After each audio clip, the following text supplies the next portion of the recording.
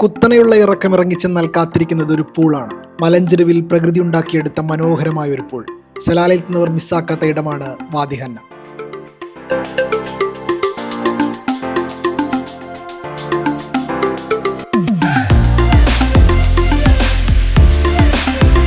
സലാലയിൽ നിന്ന് 72 കിലോമീറ്ററോളം യാത്ര ചെയ്താൽ മർബാത്ത് റോഡിലാണ് പ്രകൃതി ഒളിപ്പിച്ചു വെച്ച ഈ അത്ഭുതമുള്ളത്. മലയിൽ നിന്ന് ഒലിച്ചിറങ്ങുന്ന വെള്ളത്താൽ രൂപപ്പെട്ട കുളത്തിന് തടയണ കെട്ടി ഭംഗിയാക്കിയിട്ടുണ്ട്.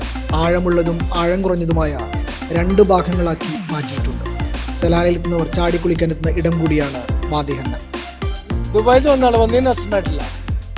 നമ്മൾ 10,200 കിലോമീറ്റർ വണ്ടി ഓടിച്ച് വന്നാണെങ്കിലും പുളി മഴ കുറച്ച് കുറവുണ്ട്. മഴ പെയ്യായിരിക്കും. ഞങ്ങൾ നല്ല മനുഷ്യന്മാരെന്ന് മഴ പെയ്യേണ്ടതാണല്ലോ.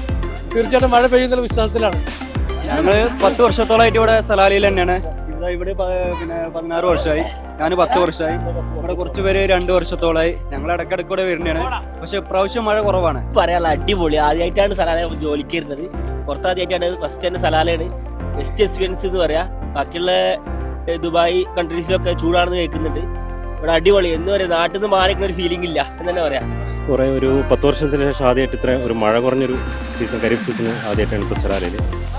എന്നാലും കുഴപ്പമില്ല, വിദേശികളൊക്കെ ഒരുപാട് വന്നിട്ടുണ്ട്.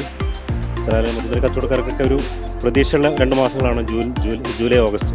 വാദി ഹന്ന ഒളിപ്പിച്ചു വെച്ച മറ്റൊരു അത്ഭുതം ബയോബാം മരങ്ങളാണ്. കാടിന്റെ അമ്മ എന്നറിയപ്പെടുന്ന പടുകൂറ്റൻ വൃക്ഷങ്ങൾ ഇവിടെ കാണാം. നൂറ്റാണ്ടുകളുടെ പഴക്കമുണ്ട് ഇതിന്. വാദി ഹന്നയിലെത്തുന്നവർ ഗ്രാവിറ്റി പോയിന്റിന്റെ മാജിക്കും ആസ്വദിച്ചായിരിക്കും മടങ്ങുക.